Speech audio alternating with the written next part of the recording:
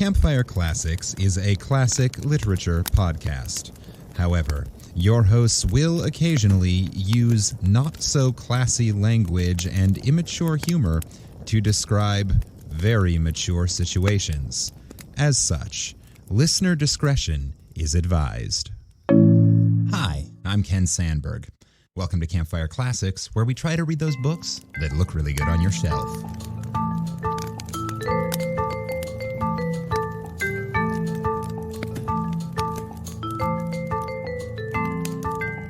This week we've got another Pooh break, and I'm afraid to say it will have to be the last Pooh break for some time, because what we are hitting this week is Christopher Robin gives Pooh a party, and we say goodbye.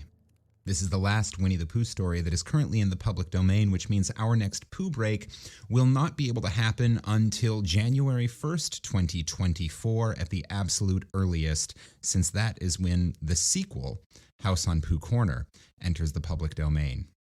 So, keeping that in mind, let's start this fire.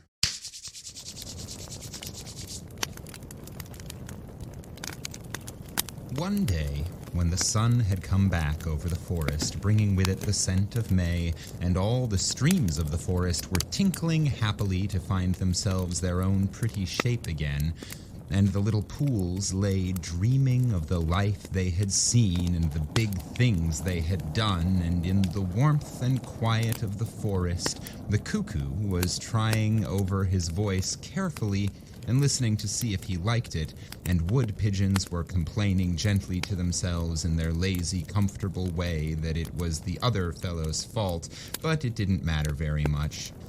On such a day as this, Christopher Robin whistled in a special way he had, and Owl came flying out of the 100-acre wood to see what he wanted. "Owl," said Christopher Robin, "I'm going to give a party." "You are you?" said Owl. "And it's to be a special sort of party because it's because of what Pooh did when he did what he did to save Piglet from the flood." "Oh, that's what it's for, is it?" said Owl.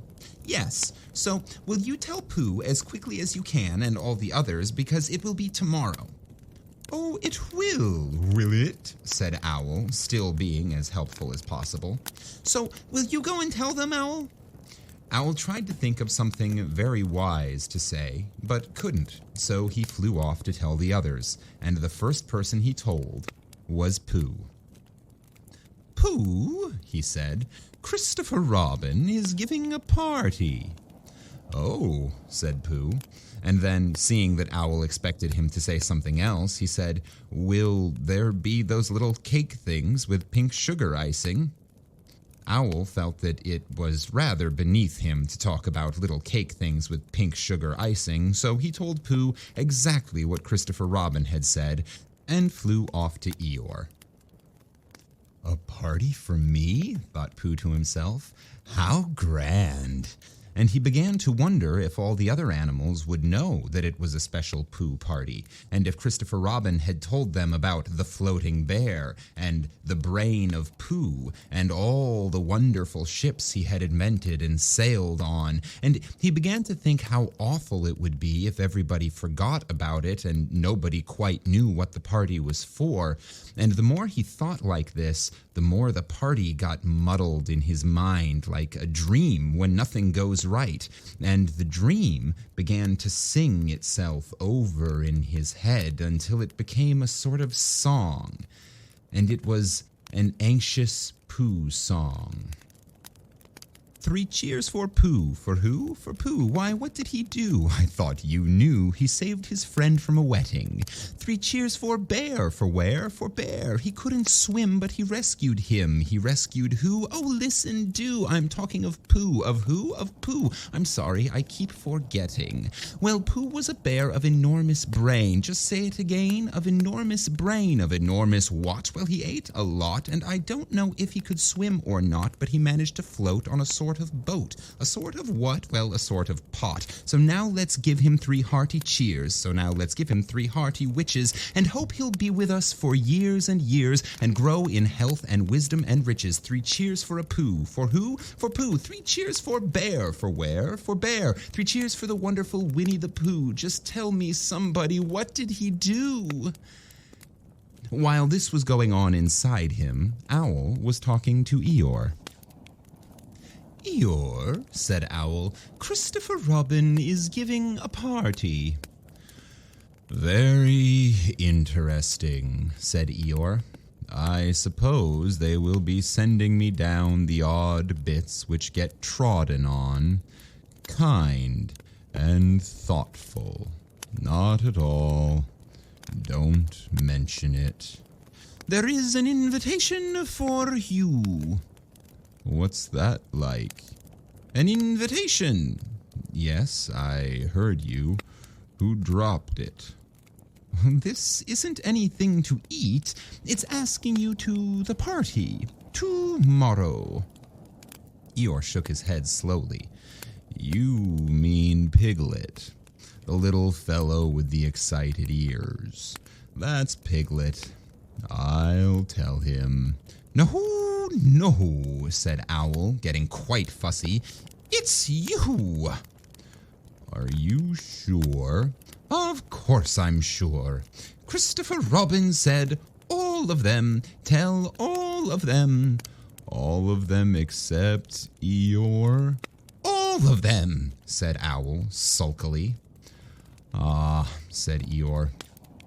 A mistake, no doubt, but still, I shall come. Only, don't blame me if it rains. But it didn't rain. Christopher Robin had made a long table out of some long pieces of wood, and they all sat around it. Christopher Robin sat at one end, and Pooh sat on the other, and between them on one side were Owl and Eeyore and Piglet, and between them on the other side were Rabbit and Roo and Kanga, and all Rabbit's friends and relations spread themselves out about on the grass, and waited hopefully in case anybody spoke to them or dropped anything or asked them the time. It was the first party to which Roo had ever been, and he was very excited. As soon as ever they had sat down, he began to talk. Hello, Pooh, he squeaked. Hello, Roo, said Pooh. Roo jumped up and down in his seat for a little while and then began again. Hello, Piglet, he squeaked. Piglet waved a paw at him, being too busy to say anything. Hello, Eeyore, said Roo. Eeyore nodded gloomily at him. It will rain soon. You see if it doesn't, he said. Roo looked to see if it didn't, and it didn't. So he said, Hello, Owl. And Owl said, Hello, my little fellow, in a kindly way, and went on telling Christopher Robin about an accident which had nearly happened to a friend of his whom Christopher Robin didn't know, and Kanga said to Roo, Drink up your milk first, dear, and talk afterwards. So Roo, who was drinking his milk, tried to say that he could do both at once, and had to be patted on the back and dried for quite a long time afterwards. When they had all nearly eaten enough, Christopher Robin banged on the table with his spoon, and everybody stopped talking and was very silent, except Roo, who was just finishing a loud attack of hiccups and trying to look as if it was one of Rabbit's relations. This party, said Christopher Robin, is a party because of what someone did, and we all know who it was, and it's his party because of what he did, and I've got a present for him, and here it is. Then he felt about a little and whispered, Where is it? While he was looking, Eeyore coughed in an impressive way and began to speak.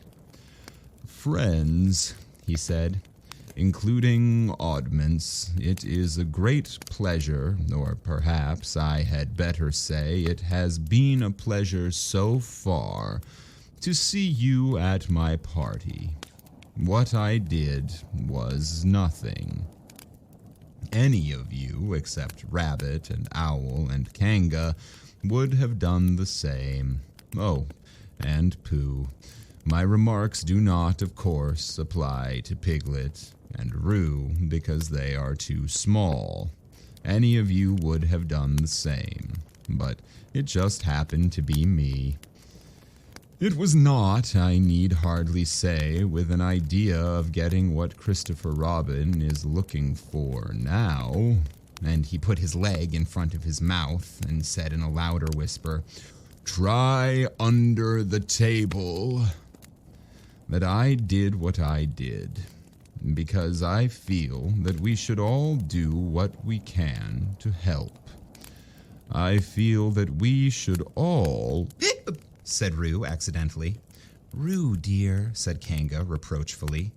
"Was it me?" said Roo, a little surprised. "What's Eeyore talking about?" Piglet whispered to Pooh. "I don't know," said Pooh rather dolefully. "I thought it was your party." "I thought it was once, but I suppose it isn't." "I'd sooner it was yours than Eeyore's," said Piglet. "So would I," said Pooh. said Roo again. "As I was saying," said Eeyore loudly and sternly, "as I was saying when I was interrupted by various loud sounds, I feel that—" "Here it is," cried Christopher Robin excitedly. "Pass it down to silly old Pooh. It's for Pooh." "For Pooh?" said Eeyore. "Of course it is. The best bear in all the world."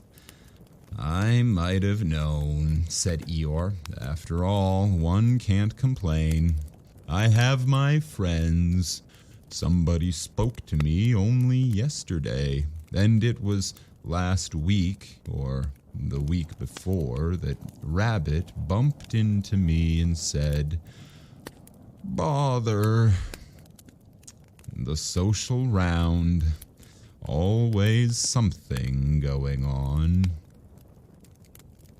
Nobody was listening, for they were all saying, "Open it, Pooh." "What is it, Pooh?" "I know what it is." "No, you don't." And other helpful remarks of this sort. And of course, Pooh was opening it as quickly as ever he could, but without cutting the string, because you'd never know when a bit of string might be useful. At last, it was undone. When Pooh saw what it was, he nearly fell down, he was so pleased. It was a special pencil case. There were pencils in it marked B for bear, pencils marked HB for helping bear, and pencils marked BB for brave bear. There was a knife for sharpening the pencils, and rubber for rubbing out anything which you had spelt wrong, and a ruler for ruling lines for the words to walk on, and inches marked on the ruler in case you wanted to know how many inches anything was, and blue pencils and red pencils and green pencils for saying special things in blue and red and green. And all these lovely things were in little pockets of their own in a special case which shut with a click when you clicked it. And they were all for Pooh. "Oh," said Pooh. "Oh, Pooh," said everybody else except Eeyore. "Thank you," growled Pooh.